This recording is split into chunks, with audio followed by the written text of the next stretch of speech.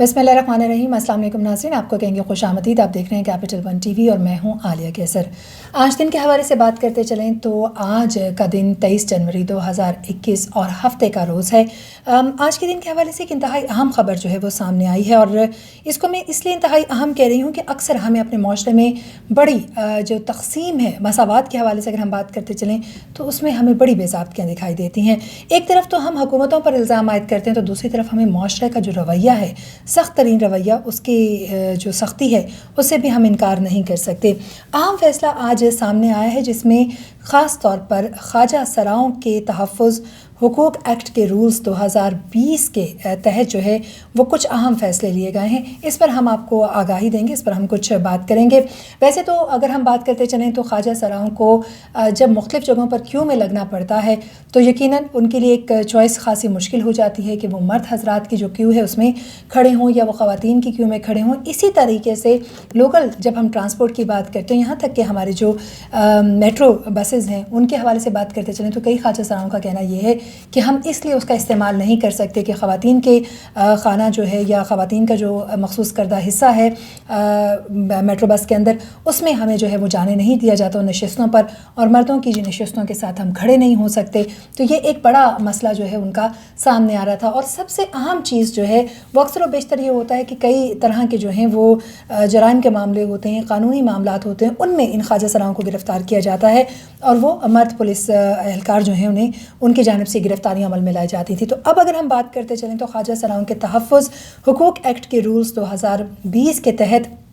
अब मर्द पुलिस एहलकार जो हैं वो ख्वाजा सराओं को गिरफ़्तार नहीं कर सकेंगे। ये इंतहाई अहम फ़ैसला है क्योंकि अब ये कहा जा रहा है कि कोई भी ख्वाजा सरा अगर किसी भी तरह के जुर्म में मुलव्वस पाया जाता है या किसी तरह के इल्ज़ाम के तहत उनको अरेस्ट किया जाता है तो पहले तो ये है कि उन्हीं की अपनी जिन्स का यानी कोई ख्वाजा सरा ही जो कि पुलिस के महकमे में होगा मौजूद, अपने फ़राइज़ सर अंजाम दे रहा, वो उनको अरेस्ट कर सकता है। जिसका मतलब ये है कि अगर हम ब्रॉडर पिक्चर में देखें तो मुलाजमतों के हवाले से भी ख्वाजा सराओं की एक बड़ी पिक्चर सामने आ रही है क्योंकि उनको मखसूस जो है वो मुख्तलिफ़ महकमों में अब नशस्तें भी दी जाएंगी। यहाँ पर अगर आपको बताते चलें तो सिंध हाई कोर्ट जो है उसमें जमा करा दिए गए हैं जो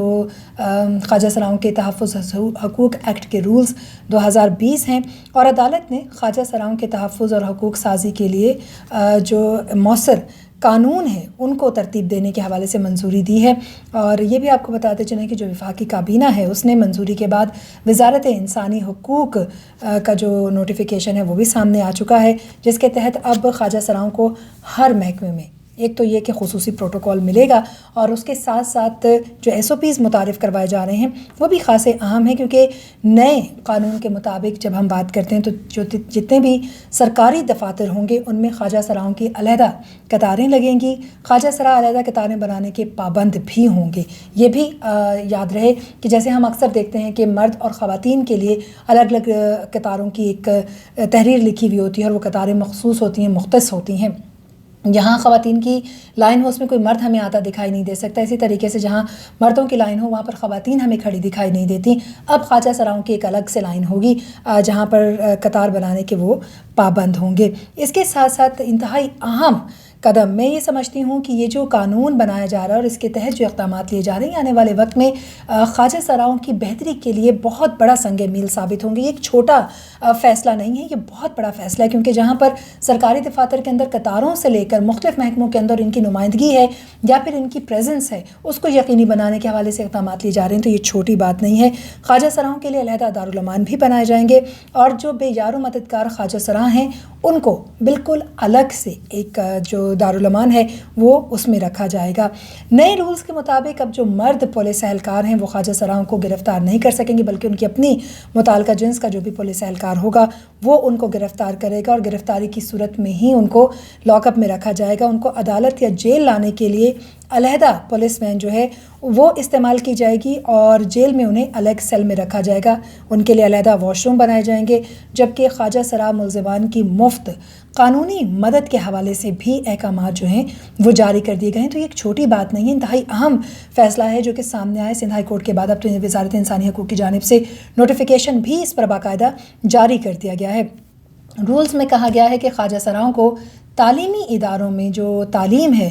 وہ مفت دینے کے مواقع اب فراہم کیے جائیں گے۔ یوں تو موجودہ حکومت کا ویژن ہے کہ جی پاکستان بھر میں تعلیم جو ہے وہ سب کے لیے عام کی جائے، چاہے وہ خواتین ہوں، چاہے وہ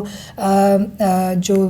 دیگر جو لوگ ہیں، لڑکے ہیں، لڑکیاں ہیں، بچے اور بچیوں کی تعلیم کے حوالے سے اقدامات جو ہیں وہ ان کے حوالے سے بات کی جا رہی ہے۔ تمام سرکاری اداروں میں جو خواجہ سرا ہیں ان کی ملازمت کے حوالے سے، پالیسی بنانے کے حوالے سے بھی بات کی جا رہی ہے، اور خاص طور پر ان کی اگر شکایات ہیں، ہم نے دیکھا سوشل میڈیا نے اس بارے میں کافی واویلا کیا، بہت سے لوگ ایسے ہیں جن کا اس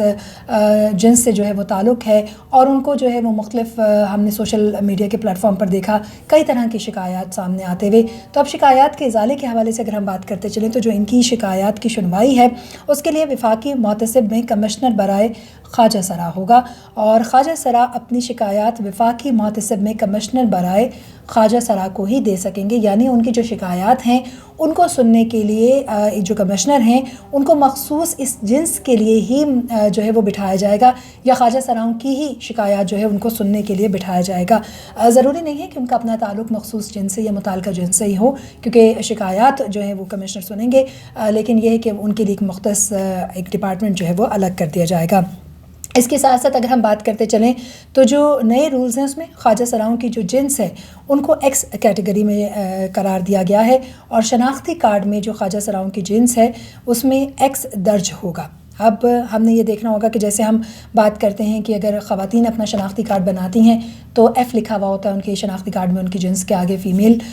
کے لیے، اور اسی طریقے سے مرد حضرات جب اپنا شناختی کارڈ بناتے ہیں تو ایم لکھا ہوا ہوتا ہے میل کے لیے۔ اسی طریقے سے خواجہ سرا جو ہیں ان کی کیٹیگری میں ایکس جو ہے وہ لکھا جائے گا۔ خواجہ سرا اپنا ووٹ علیحدہ لائن اور الگ پولنگ بوتھ میں ڈالیں گے، اور نادار جو خواجہ سرا ہیں ان کی رہنمائی کے لیے الگ افسر تعینات کرنے کا پابند بھی ہوگا۔